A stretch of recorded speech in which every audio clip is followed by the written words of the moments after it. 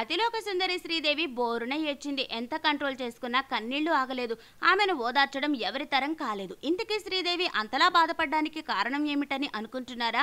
Sridevi latest చిత్రం ma'am. సవతి తల్లి తన కూతురిపై జరిగిన అఘాయిత్యానికి ఎలా న్యాయం చేసింది అన్న నేపథ్యంలో ఈ సినిమాని తెరకెక్కించారు. గత వారం సినిమా ప్రేక్షకుల ముందుకు వచ్చింది.